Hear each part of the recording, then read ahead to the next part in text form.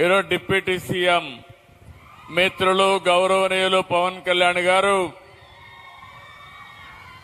గౌరవనీయులు కేంద్ర మంత్రి పెమ్మసాని చంద్రశేఖర్ గారు, ఈరోజు ఇక్కడ ఎన్డీఏ ప్రభుత్వం ఉంది. మిత్రులు జనసేన అధ్యక్షులు జన సైనికులకు విజ్ఞప్తి చేస్తున్నాను.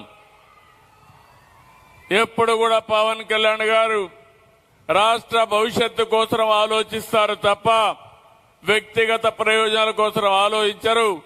అలాంటి మిత్రుడితో కలిసి గవర్నమెంట్ లో ఉండడం ఇది ఒక సువర్ణ అవకాశం మనందరికీ అని చెప్పి కూడా నేను మీకు తెలియజేస్తున్నా. ఈరోజు ఇక్కడ ఎన్డీఏ ప్రభుత్వం ఉంది. మిత్రులు జనసేన అధ్యక్షులు జన సైనికులకు విజ్ఞప్తి చేస్తున్నాను. ఎప్పుడు కూడా పవన్ కళ్యాణ్ గారు రాష్ట్ర భవిష్యత్తు కోసం ఆలోచిస్తారు తప్ప వ్యక్తిగత ప్రయోజనాల కోసం ఆలోచించరు.